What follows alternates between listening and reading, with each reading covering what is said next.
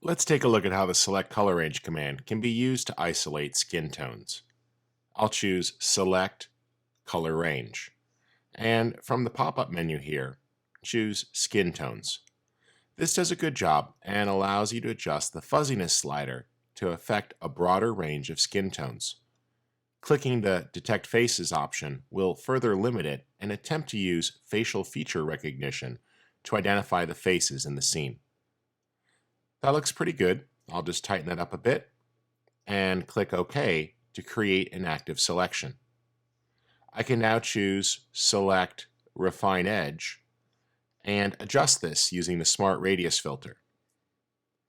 That does a pretty good job. It looks like it's picking up the face nicely. I'll smooth that out just a bit and feather the transition. And when satisfied, click OK to create the selection. With an active selection made, I'll use Vibrance, which is a nice way to start to bring out some of the saturation and the overall skin tones. And you see if I toggle that off and on, that it's a subtle but nice adjustment on the skin itself. I can also choose Select Reselect to load that adjustment again and take advantage of a little bit of a curves adjustment here.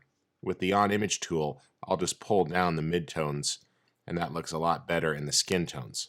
Let's put that before the vibrance adjustment, and that looks great. So there's our original image and the adjusted image, allowing us to make a more targeted adjustment with the Select Color Range command and the Skin Tones option.